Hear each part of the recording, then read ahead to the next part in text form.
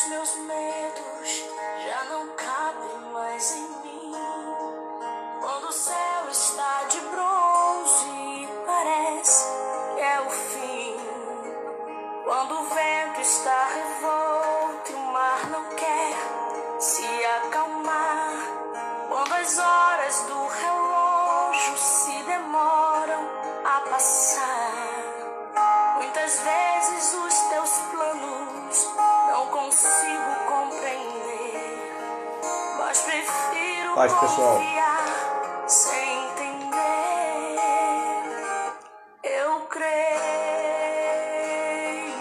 em ti. Eu creio em ti. Eu olho pra ti. Espero em ti.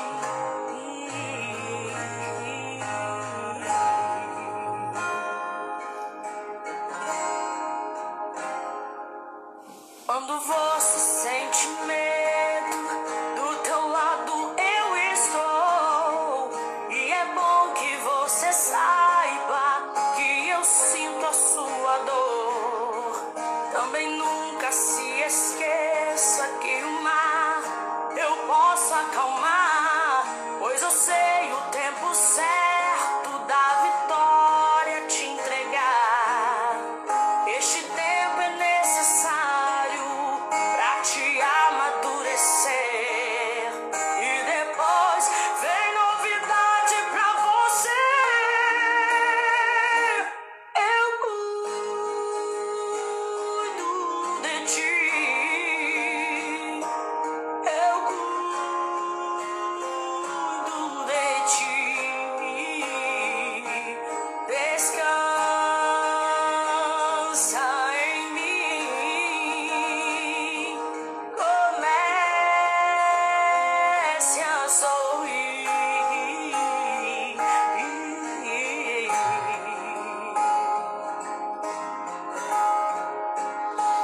O que eu tenho é bem melhor, pois só eu sei do amanhã. Então recebe um abraço meu, pois da tua vida cuido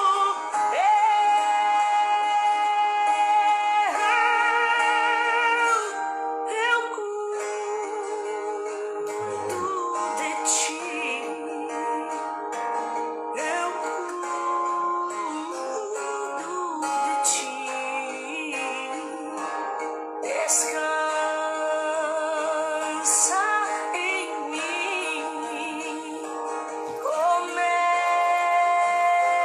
Comece a sorrir.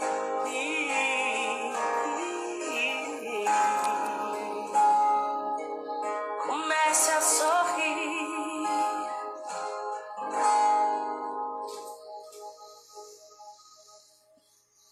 Obrigado, Senhor. Obrigado porque Tu és o Deus que cuida de cada um de nós. Aleluia. Glórias a Teu nome.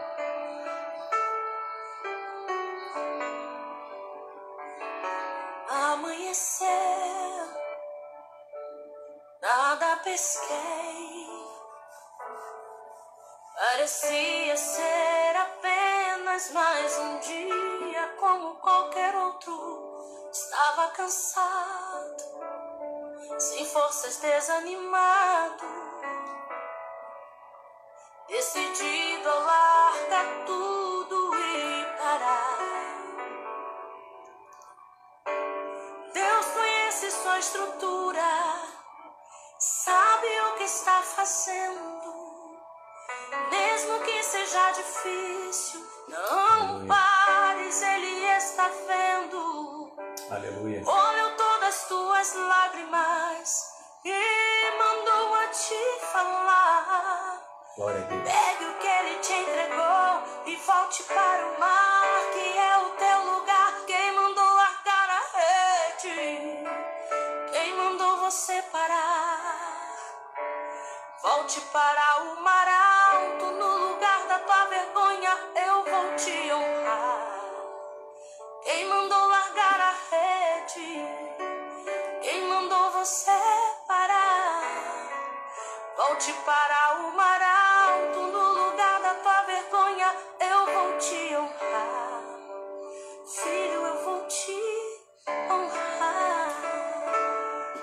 Aleluia.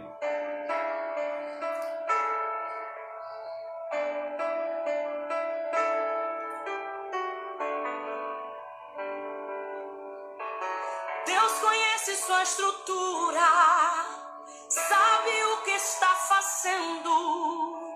Mesmo que seja difícil, não pares, Ele está vendo. Colheu todas as tuas lágrimas e mandou a te falar. Pegue o que Ele te entregou e volte para o mar, que é o teu lugar. Quem mandou largar a rede? Quem mandou você parar? Volte para o mar alto, no lugar da tua vergonha eu vou te honrar. Quem mandou largar a rede? Quem mandou você parar? Volte para o mar alto, no lugar da tua vergonha eu vou te honrar. Filho, eu vou te honrar.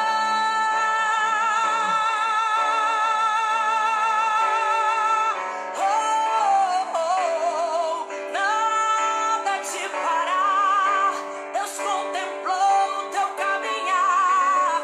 Eu sei que é difícil prosseguir quando tudo lhe faltar. Esse cenário vai mudar. A tua hora chegará. Há um tempo pra tudo. Quem mandou você parar?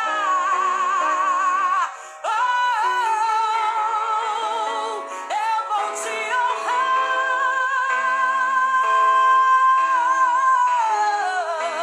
Quem mandou você parar? Volte para o mar alto, no lugar da tua vergonha eu vou te honrar. Filho, eu vou te honrar. Oh, filho,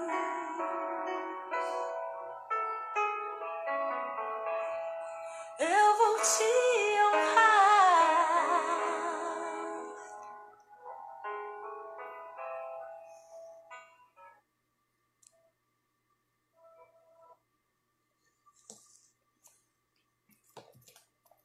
Ok, queridos, a paz. Vamos orar. Senhor, nós queremos te agradecer pela oportunidade de estarmos mais uma vez aqui nessa noite para estarmos ouvindo a tua palavra.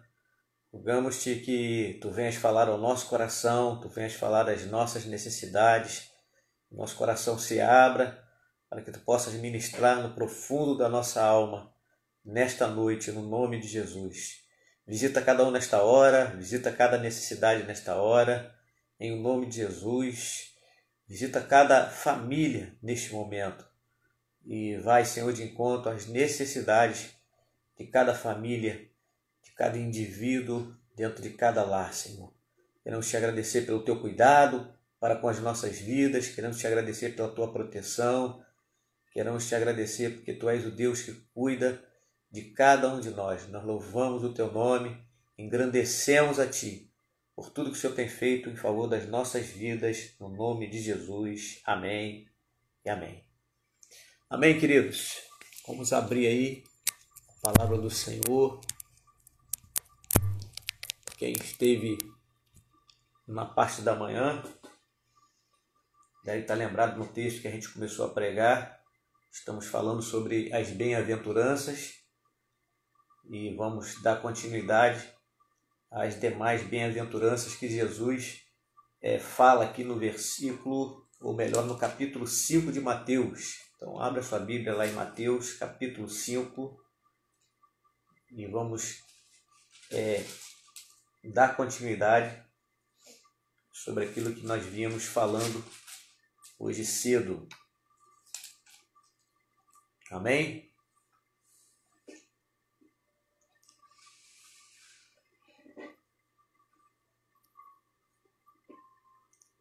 Glória a Deus. Hoje seria um dia, né? Só para lembrar um pouquinho, de repente alguns lembraram, outros não. Eu não sei nem até que ponto é válido lembrar, mas hoje seria, se nós estivéssemos no templo, né? Participando do culto presencial, hoje seria o dia da ceia do Senhor. Nós não aderimos à ideia da ceia online, né? Eu não tenho que ficar julgando quem faça, né? Quem está fazendo ceia online, mas eu não me senti em paz para realizar a ceia dessa maneira, tendo em vista que a ceia é a recomendação para nós nos reunirmos em comunhão, estarmos juntos presencialmente. E entendemos que não deveríamos de fazer, como entendemos também que o fato de não podermos fazer agora, né, isso não impede a nossa comunhão com o Senhor. Pelo contrário, se participa da ceia por estar em comunhão com o Senhor, não é o contrário. Não é participar da ceia que vai te dar comunhão com o Senhor. A gente participa da ceia porque a gente entende que já estamos em comunhão com o Senhor e vamos participar da ceia, vamos lembrar da morte de Jesus, né? Até que Ele venha.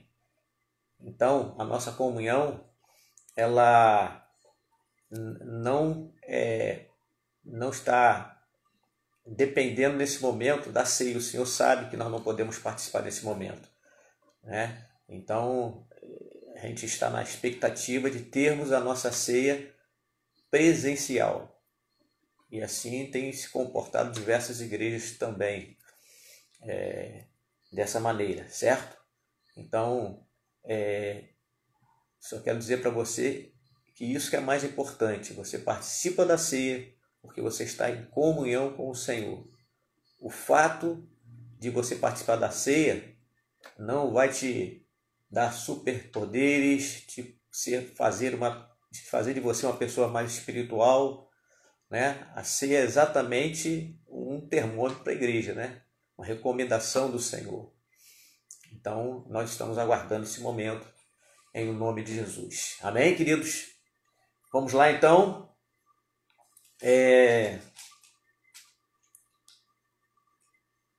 Vamos abrir a nossa Bíblia, então, em Mateus capítulo 5 e vamos ler aí alguns versículos da palavra do Senhor. De manhã, nós estávamos falando sobre o Sermão do Monte. Quando a Bíblia fala Sermão do Monte, lá no original é Sermão do Monte mesmo, mas não há especificamente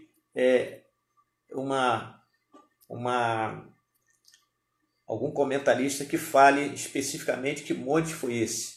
Um dos montes que Jesus estava acostumado a subir com os seus discípulos, né? Certamente ele foi mais de uma vez e ali ele aproveitava aquele local. Quem já foi a monte sabe que é um local geralmente mais tranquilo, né? E ali você pode se assentar, você pode orar, você pode ler a Bíblia e você pode também ouvir uma pregação. E era o que Jesus fazia naqueles dias com os seus discípulos. Agora, se você olhar um pouquinho no capítulo 4, você vai notar que esse capítulo 5 foi escrito um pouco depois do batismo de Jesus, um pouco depois da tentação de Jesus. O capítulo 4 está falando sobre a tentação de Jesus, né, que foi logo após o seu batismo. Jesus, depois que ele passa os 40 dias e 40 noites em jejum, a Bíblia diz, sendo tentado pelo diabo o tempo todo, né? Jesus, quando está para sair do monte, né, o diabo começou a lançar diversas tentações sobre ele. A primeira tentação foi transforma essas pedras em pães, que ele sabia da debilidade de Jesus. Então, todas as vezes que Satanás tentou derrubar Jesus usando a própria palavra, não conseguiu, porque Jesus tinha conhecimento da palavra e o derrotava através da palavra. né? O diabo dizia para Jesus, exemplo, ele dizia: transforma essas pedras em pães.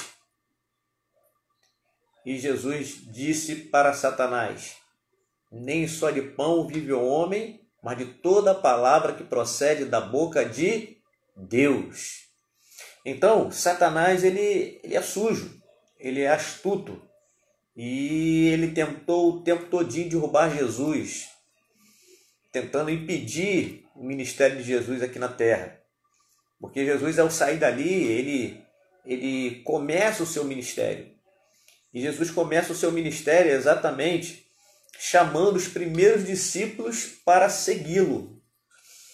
E a Bíblia diz, a partir do versículo 18, capítulo 4, que Jesus ali começa a chamar Pedro, começa a chamar João, Tiago, homens que eram pescadores, que deixaram as redes naqueles dias para seguir o Mestre. O objetivo deles era seguir o Mestre. E quando nós chegamos aqui no versículo de número 23 do capítulo 4, a Bíblia diz que Jesus foi por toda a Galileia ensinando nas sinagogas deles, que eram as igrejas daquela época, pregando as boas novas do reino e curando todas as enfermidades e doenças entre o povo. Versículo 24 diz que notícias sobre ele, sobre Jesus, se espalharam naquela redondeza ali por toda a Síria, e o povo lhe trouxe todos os que sofriam de vários males e tormentos, diz a palavra do Senhor, endemoniados, loucos, paralíticos, e ele os curou, diz a palavra. Versículo 25 diz que grandes multidões o seguiam. Jesus começou a realizar alguns milagres. Jesus já estava pregando a palavra nas sinagogas daquela época e as pessoas começaram a seguir a ele. Muitos iam atrás de Jesus por conta das curas que ele realizava, mas muitos estavam acatando, né? Sendo convencidos pelos seus ensinamentos. Muitos já estavam seguindo ele pelos seus ensinamentos. E a Bíblia diz que uma multidão, logo naquele começo, já seguia o Mestre por onde ele andava. Então, grandes multidões o seguiam, vindo da Galileia e Decápolis, Jerusalém, Judéia e da região do outro lado do Jordão. Então, de todo lado, vinham pessoas seguindo Jesus, a fama dele começou a se espalhar rapidamente. E aí chega no capítulo 5. Capítulo 5 começa introduzindo, dizendo que as multidões, que vendo as multidões, Jesus, ele subiu o monte e se assentou. E ali os seus discípulos se aproximaram dele e ele começou a ensiná-los. Além dos discípulos, os mais próximos, as multidões se aproximaram daquele lugar e Jesus começou a falar sobre o evangelho do reino. E ele começa usando a palavra bem-aventurados. A palavra bem-aventurado não é simplesmente uma felicidade, está baseada em coisas que acontecem ao nosso redor. Dependendo daquilo que eu vejo, eu me alegro ou fico triste. Quando fala sobre ser bem-aventurado, está falando sobre ser mais que feliz, muito mais do que ser feliz. É ser realmente abençoado por Deus. Essa felicidade, ela vem para o coração de todo aquele que entrega a sua vida para Jesus e verdadeiramente o tem como Senhor e Salvador da sua vida. Amém? É bem verdade que ali Jesus estava falando para os judeus. Seu público ali específico eram os judeus. Mas essa mensagem de Jesus já é uma mensagem que seria pregada depois, né? E depois veio como uma iluminação de Deus esse texto da Bíblia, que foi escrito por Mateus, e exatamente para nós, a igreja do Senhor, que somos Israel espiritual de Deus também. Mas naquela ocasião ele estava falando especificamente para os judeus. E Jesus começa a dizer: bem-aventurados pobres de espírito. E aí eu quero ser breve para não me alongar em relação ao que eu já falei de manhã. Se você quiser saber mais detalhes sobre o que nós falamos de manhã, é só dar uma olhada na pregação da parte da manhã, que a gente gastou mais tempo aqui nos 5 versículos iniciais. Então, o primeiro versículo é o versículo 3, onde o texto bíblico diz: bem-aventurados os pobres de espírito. E de manhã eu estava falando exatamente sobre isso. Exatamente a ideia de que quando a gente entrega a vida para Jesus, o aceita como Senhor e Salvador, e quanto mais nós nos aproximamos do Senhor, quanto mais nós meditamos na palavra, quanto mais Deus vai trabalhando na nossa vida, nós vamos percebendo que nós somos pobres de espírito. O texto bíblico não está falando pobre de espírito da pessoa pobre, né? Senão essa bem-aventurança serviria para os pobres, fisicamente falando. Ele está falando pobre no sentido de depender completamente do seu espírito, no seu lado espiritual do Senhor. Nós somos completamente dependentes dele. Depois o texto bíblico vai falar sobre os bem-aventurados que choram. Bem-aventurados que choram. E nós estávamos falando também hoje pela manhã que os que choram não são choros que de repente nós possamos imaginar. Eu citei o luto. As pessoas, muitas delas estão de luto. E eu disse: o Senhor consola? Consola. Né? Conforta? Conforta. Mas especificamente esse texto não está falando sobre isso. Está falando que felizes são os que choram no sentido de arrependimento. O pobre de espírito que entrega a sua vida para o Senhor, que se arrepende dos seus pecados, ele vai continuar chorando, ele vai continuar sendo uma pessoa bem-aventurada, porque ele chora por conta dos seus pecados. Depois de aceitar a Cristo, nós não nos tornamos santos a tal ponto de não pecarmos mais, de não falharmos mais. Nós falhamos, nós pecamos, mas se pecarmos, temos o advogado, para nos purificar com o seu sangue, que é Jesus, e para nos defender. Então o texto bíblico está falando dos pobres de espírito, porque deles é o reino dos céus. Bem-aventurados os humildes, diz o versículo 5, porque eles receberão a terra por herança. Uma outra versão vai dizer que, no versículo 5, vai dizer: bem-aventurados os mansos, porque eles herdarão a terra. É como se fosse uma palavra até mesmo sinônima, né? Manso é exatamente aquele que depende de Deus, não há mansidão pelo seu temperamento, mas uma mansidão que vem de Deus para ele. E Jesus disse: aprendei de mim, que sou manso e humilde de coração. Mas nós demos ênfase de manhã que bem-aventurados os humildes aqui é aquele que depende de Deus. Em todo momento ele depende de Deus. Ele é pobre de espírito, ele reconhece a sua fraqueza, ele chora porque ele se arrepende de seus pecados, seja esse choro saindo lágrimas, seja o choro da alma, mas todas as vezes que nós pecamos, nós reconhecemos o nosso pecado, porque nós queremos continuar sendo homens e mulheres dependentes de Deus, pois eles receberão a terra por herança. E falamos da terra aqui ser o céu que Deus tem preparado para cada um de nós. Versículo 6. Versículo 6 diz: bem-aventurado, ou mais que felizes, são os que têm fome e sede de justiça, porque eles serão fartos. E nós estávamos falando exatamente sobre isso, que vem numa sequência. O pobre de espírito, o que chora, o que é humilde, é exatamente aquele que na prática ele tem fome e sede de justiça. Ele quer ser justo. É muito difícil alguém que está com fome permanecer muito tempo com fome, né? A pessoa vai acabar desmaiando, vai ficar com tonteira, vai passar mal. A água, quando nós queremos beber, é uma necessidade, nós vamos a ela. Se Jesus está dizendo, olha, da mesma forma como as pessoas, elas em algum momento vão ter fome, em algum momento elas vão ter sede, elas vão em busca da comida e vão em busca da bebida, vocês, meus servos, precisam ter fome e sede de justiça.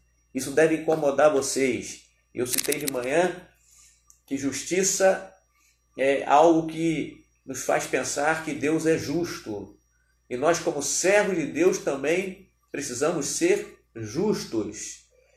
E ainda vou mais além. A Bíblia diz que o justo viverá pela fé. E quando Jesus fala, quando a palavra de Deus fala sobre que o justo viverá pela fé, é exatamente desse justo que precisa viver com fome e sede de justiça.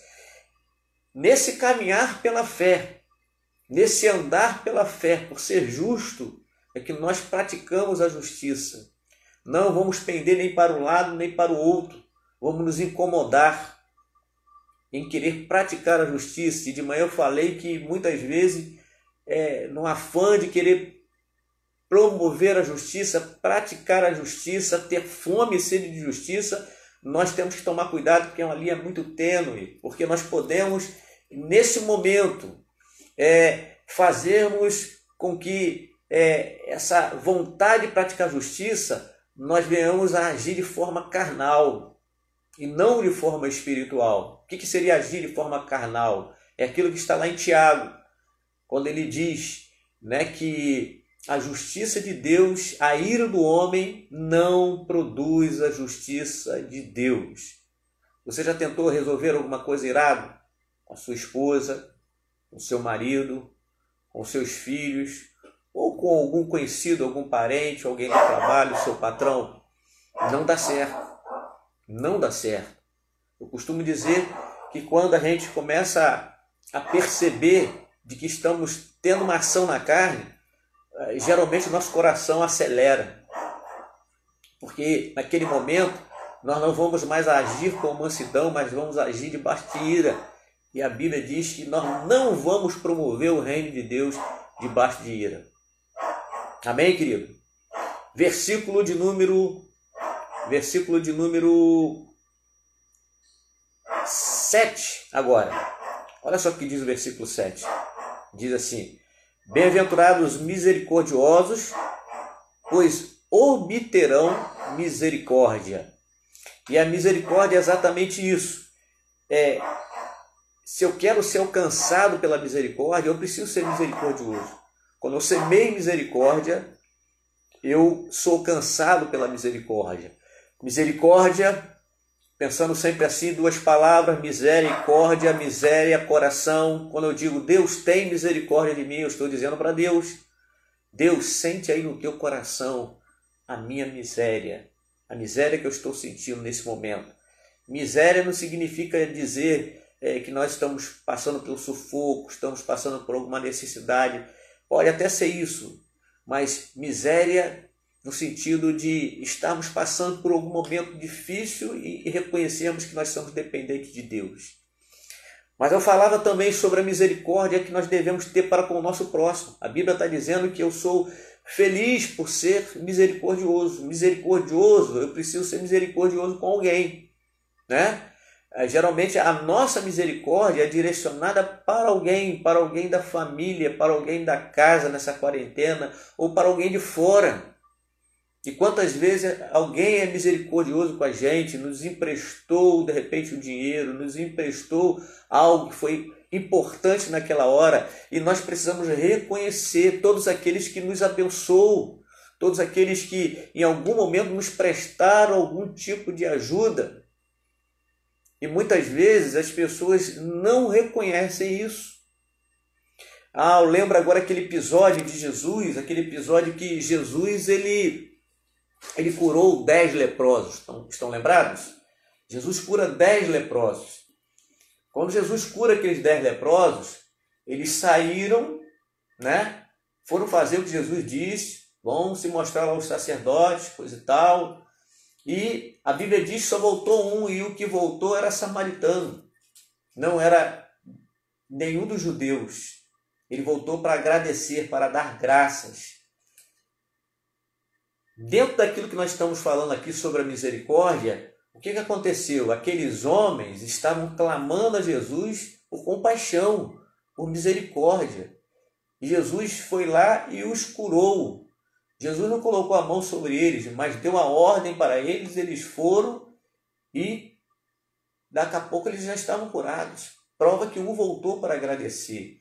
Naquele momento, Jesus estava colocando em prática o que ele fala aqui nas bem-aventuranças. Ele estava sendo misericordioso para com aqueles leprosos, mas só um reconheceu a misericórdia de Jesus e voltou para agradecer. Quando nós somos gratos a alguém, é exatamente por isso, porque alguém usou de misericórdia para conosco. Ou seja, significa dizer que alguém nos abençoou quando nós precisávamos, quando nós carecíamos de algo, né? Seja uma palavra, seja um conselho, ou seja alguma ajuda financeira, nós fomos alcançados por uma determinada pessoa. Então, é hora de fazer o quê? De agradecer. E muitas vezes as pessoas são ingratas, né? Muitas vezes pessoas não reconhecem o bem que o outro fez para ele. Se esse outro que fez o bem para ele lá na frente, por algum motivo, não fizer o que ele quer, novamente, por alguma razão, por algum motivo até justo, né? Ainda pode ser criticado. Então nós precisamos ser misericordiosos. Se formos misericordiosos, nós vamos ser pessoas felizes e vamos ser alcançados pela misericórdia e principalmente a misericórdia de Deus. Amém, queridos? Então de manhã eu parei nesse versículo 7. Eu parei exatamente no versículo de número 7. Evidente que nós falamos muito mais coisas. E aí, Jesus continua falando aqui no versículo de número 8. Ele vai falar também no versículo 8 sobre a necessidade de termos um coração puro. O nosso coração puro que vai exatamente nos ajudar a fazer a obra de Deus conforme o propósito de Deus e conforme a direção de Deus. Quando se fala de coração puro, significa dizer que nós não devemos permitir que o pecado se aloje no nosso coração, queridos. Jesus, quando teve uma oportunidade de dizer para os fariseus daquela época, para as pessoas daquela época, porque eles estavam preocupados, dizendo que os discípulos de Jesus estavam comendo, não estavam lavando a mão, preocupados com as coisas do lado exterior, né? E não as coisas internas. Jesus fez uma colocação. Jesus disse, olha, é necessário, não que Jesus seja contra a higiene, né? Não que a Bíblia seja contra a higiene. Precisamos lavar a mão? Precisamos. Só que Jesus queria ensinar algo para aqueles homens. Jesus mostrou para eles, olha, vocês estão preocupados porque os discípulos não lavaram a mão por causa disso, por causa daquilo, mas eu quero dizer para vocês o seguinte, o que contamina o homem não é o que entra. O que entra e sai por lugares escusos. Jesus estava dizendo o seguinte, olha, o que contamina o homem é o que sai de dentro do homem, é o que sai do seu coração, é o que sai da sua mente. E Jesus vai dizer, do coração do homem saem os maus desígnios, os roubos, os furtos, os adultérios, as prostituições. É isso que sai do coração do homem. Então, por isso que nós devemos conservar o nosso coração. Tudo isso que eu estou dizendo está ligado à verdadeira felicidade, a verdadeira maneira de nós sermos abençoados. Então Jesus está dizendo o seguinte, olha, se você quer ser feliz, mantenha o seu coração puro. Felizes são os puros de coração. E diz a palavra, porque eles verão a Deus. Quem teve a experiência de aceitar Cristo como Senhor e Salvador, entregou a sua vida para Ele, é incomodado pelo Espírito Santo, não é? Nós somos incomodados com o Espírito Santo, de santificarmos a nossa vida, de purificarmos a nossa vida. A Bíblia está dizendo aqui que os puros de coração são eles que verão a Deus. Gente, verão a Deus aqui né, em espírito e verão principalmente quando partirem desse mundo. Mas nós precisamos começar a exercitar isso agora.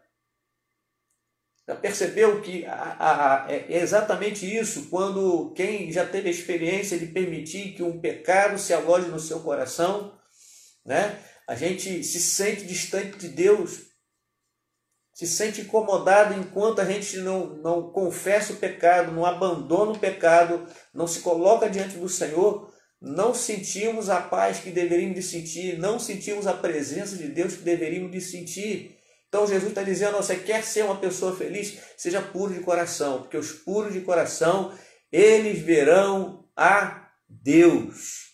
Verão aqui na sua comunhão com Deus, verão aqui a presença de Deus junto dele, junto com ele, e verão a Deus principalmente quando partirem desse mundo.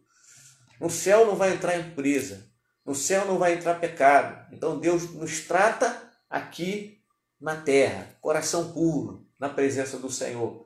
Não deixe o pecado se alojar no seu coração. Pastor Edson Queiroz sempre dizia isso, é um pastor batista que já faleceu, em um dos seus livros ele dizia exatamente isso. Pecado cometido é pecado que precisa ser confessado, se possível, instantaneamente.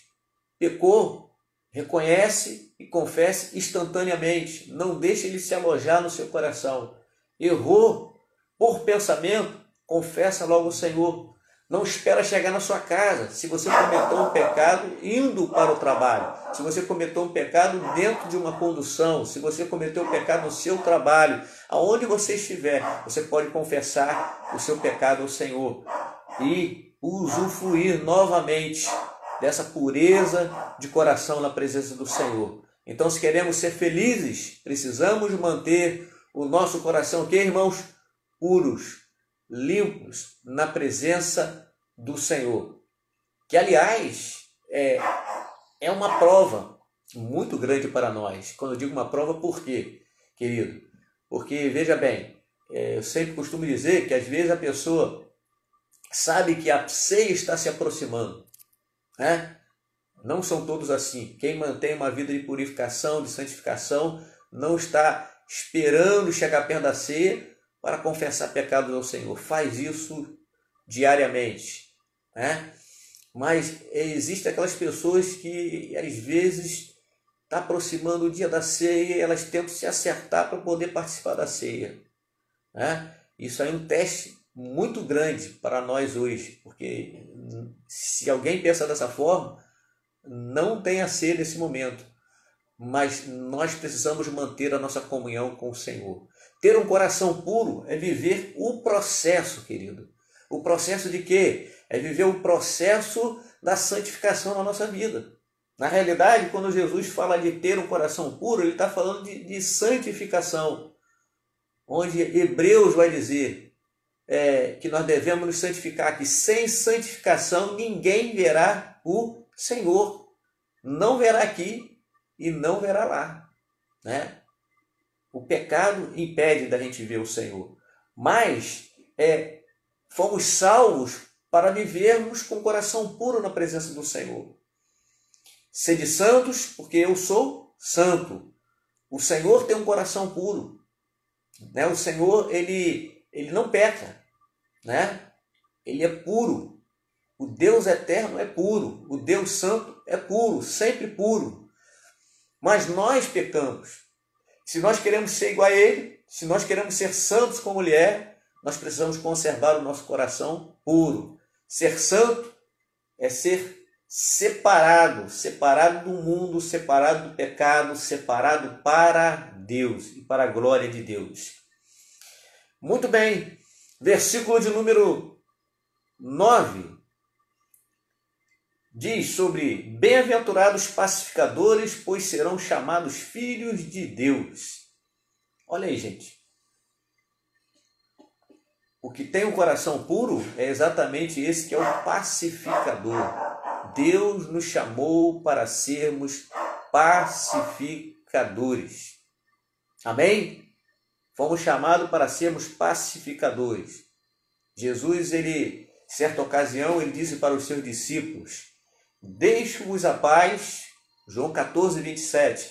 Deixo-vos a paz, a minha paz vos dou, não vou-lo dou como o mundo a dá. A paz de Jesus é diferente. O mundo fala de uma paz que está tudo bem quando as coisas ao redor estão todas bem, né? Vamos supor, esse período de isolamento, esse período que as pessoas não podem fazer o que elas fariam se tivessem fora do isolamento, é um período que, se as pessoas não têm a paz interior, elas estão mal, e muito mal. Por quê? Porque elas dependem das demais coisas acontecerem. Aquele que é servo de Deus, ele consegue passar pela aflição, ele consegue passar pela luta, ele consegue passar pela tribulação, ele consegue passar por toda a provação, mas usufruindo de paz interior. Quando você recebeu Cristo como Senhor e Salvador, você recebeu a paz de Cristo no seu coração. Romanos vai falar sobre isso. Justificados, pois, mediante a fé, tendes paz com Deus, que antes nós éramos inimigos de Deus. E essa paz está em nós. Jesus está dizendo o seguinte: olha, bem-aventurados pacificadores. Deus não nos chamou só para nós usufruirmos da paz, mas Deus nos chamou para nós apontarmos a paz para as pessoas. Deus nos chamou para nós promovermos a paz entre as pessoas. Coisa legal quando você vê alguém em atrito, alguém em confusão, e você chega cheio da paz de Cristo e você consegue apaziguar aquela situação, você consegue resolver aquela situação por conta daquilo que você falou, por conta daquilo que você disse, ou simplesmente com a sua presença. É possível que a paz de Cristo está no seu coração, muitas vezes sem você falar nada. No seu local de trabalho, as pessoas percebam isso. Certo? Você pode já ter experimentado isso, das pessoas dizerem: poxa, eu gosto de estar sempre junto de você, é bom estar com você, é bom trabalhar com você, você me transmite uma paz, eu não sei o que é isso. Tem gente que chega a falar da vida do cristão, por ele ter a paz de Cristo. Tem pessoas que não falam, mas se sentem bem. Mas você percebe que elas se sentem bem em estar perto de você, porque, querido, nós temos a paz de Cristo. E a paz de Cristo, ela é passada para outras pessoas. Então a palavra está dizendo que felizes são os pacificadores. Além da gente ter paz com Deus, porque estamos vivendo com o coração puro e na presença de Deus, nós conseguimos passar essa paz para as outras pessoas. Mas quando o crente ele está em pecado, quando o crente ele se mantém no pecado, ele não faz essa diferença, porque ele começa a transmitir um certo peso, porque ele não tem vivido essa paz na prática na sua vida. Então que nós possamos ser pacificadores, queridos, pacificadores. A Bíblia diz que os pacificadores eles serão chamados filhos de Deus. Quando alguém reconhece um cristão, uma das coisas que o faz perceber que ele é diferente é a paz que ele carrega na sua vida. As pessoas percebem no seu semblante, nas suas atitudes, na sua postura, a paz que ele tem no seu coração. Versículo de número 10. E aí, se a gente for fazer uma colocação, as bem-aventuranças que Jesus vem falando lá desde o versículo de número 3, é como se elas viessem numa sequência, né? É como se o Senhor estivesse nos preparando. Olha, vocês precisam ser simultaneamente assim, praticar todas essas bem-aventuranças, porque vai chegar um momento que vocês vão precisar mais dela. Olha, precisamos ser pobres de espíritos, precisamos chorar pelos nossos pecados, precisamos ser humildes, dependentes de Deus, precisamos ter fome e sede de justiça, praticar a justiça, que é a vontade de Deus através da nossa vida. Precisamos ser misericordiosos quando for necessário. Precisamos ter o nosso coração puro, a nossa vida santa na presença do Senhor.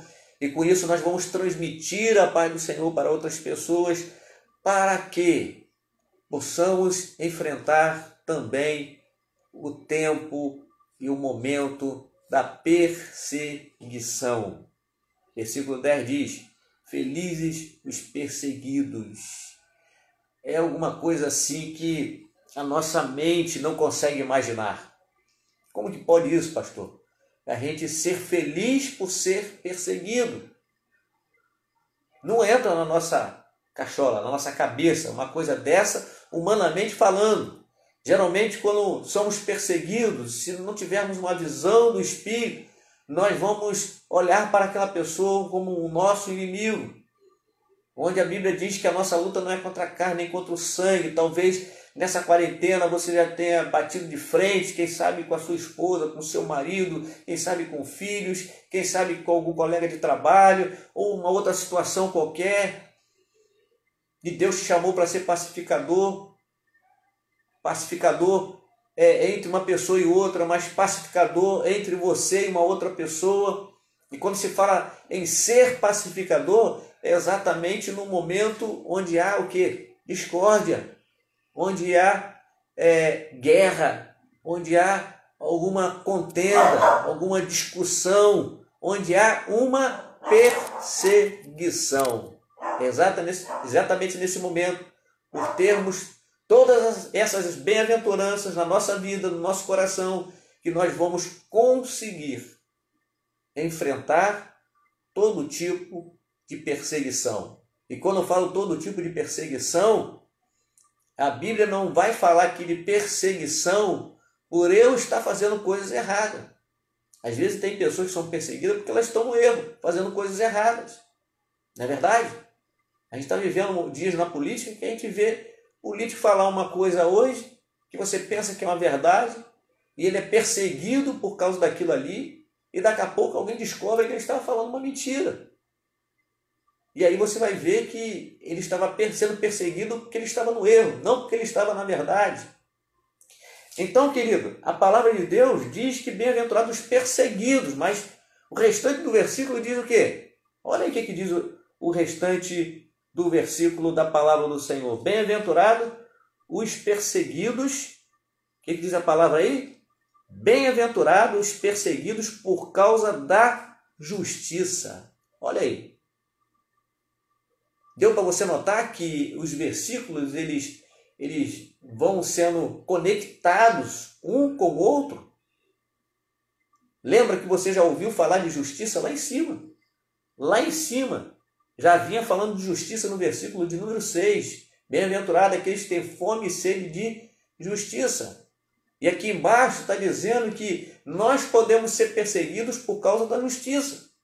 Você pode ser perseguido em algum momento por causa da sua prática da justiça, porque você está fazendo aquilo que é correto, você está fazendo aquilo que a palavra de Deus diz, então alguém vai se levantar, né?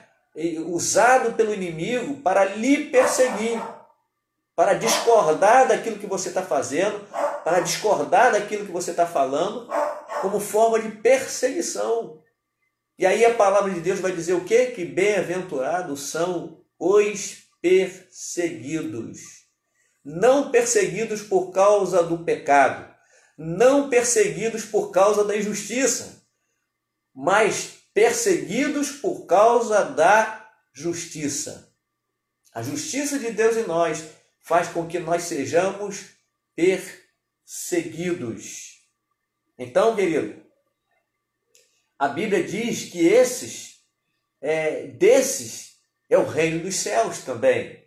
Bem-aventurados perseguidos por causa da justiça, porque deles é o reino dos céus. Você tem sido perseguido? Na sua trajetória cristã, em algum momento você foi perseguido? Você tem noção da causa da perseguição que você sofreu? É por causa da justiça ou por causa de alguma injustiça que você cometeu? Veja bem, o texto não diz que nós vamos ser felizes quando perseguidos por causa do pecado e por causa da injustiça, mas por causa de uma vida justa na presença do Senhor, nós seremos perseguidos. Jesus foi perseguido por diversas vezes. Jesus ele não tratava as pessoas mal quando as pessoas o tratavam mal. Jesus não decepcionava as pessoas quando as pessoas o decepcionavam. Jesus não perseguia as pessoas. Jesus foi o nosso maior exemplo. O nosso maior exemplo foi o Mestre. Quantas vezes ele foi perseguido? quantas vezes mentiram a respeito da sua pessoa, mas Jesus, ele nunca agredia as pessoas com palavra. Jesus fazia aquilo que era justo, Jesus fazia aquilo que era correto. Quando entraram no templo, quando foram lá para o pátio do templo e começaram a vender coisas lá, Jesus veio e saiu derrubando todas aquelas mesas dos cambistas e acabou aquela farra lá, porque ele disse: a minha casa será chamada casa de oração e vocês estão transformando ela num covil de salteadores. Eles estavam vendendo animais por sacrifício acima do preço, eles estavam cobrando acima do preço a moeda que era trocada naqueles dias. Ali naquele momento, Jesus, ele tomou a atitude de alguém que ele diz aqui. Naquele exato momento, ele demonstrou que ele estava com fome e sede de justiça. Ele praticou a justiça naquela hora. Assim nós devemos ser e usar a nossa autoridade do nome de Jesus. Versículo de número 10, então, nós vamos para o versículo 11. Versículo 11 é praticamente uma mesma coisa do versículo 10. Veja bem que o Senhor aqui está gastando mais tempo, um trecho maior falando sobre a questão da perseguição. Porque no versículo 11 ele vai fazer uma citação novamente sobre a perseguição. Ele diz: bem-aventurados serão vocês quando por minha causa. Ele fala: sofrer e ser feliz por causa da justiça, e agora ele define essa justiça como ele mesmo.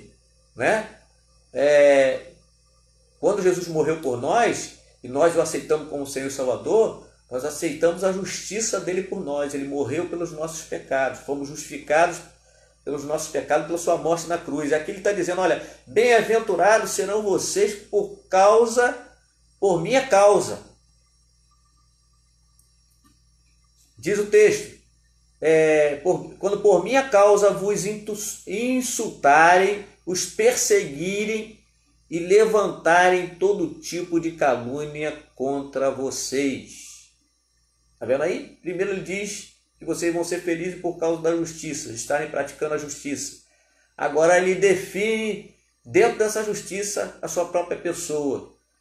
Quem é perseguido por causa do Evangelho está sendo perseguido porque quer seguir a Cristo, porque quer seguir a Ele fielmente, porque quer ser conduzido por Ele literalmente, porque quer ser um representante dele aqui nessa terra.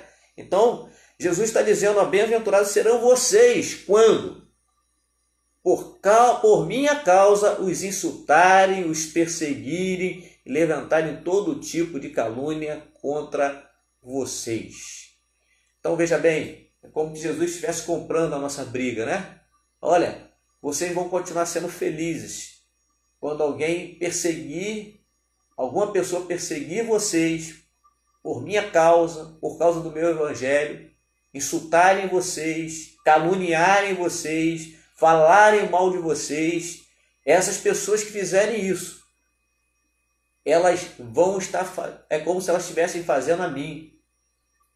Porque quando alguma coisa é feita contra o Evangelho, a Bíblia diz que nós somos o corpo de Cristo. Cristo é o cabeça desse corpo.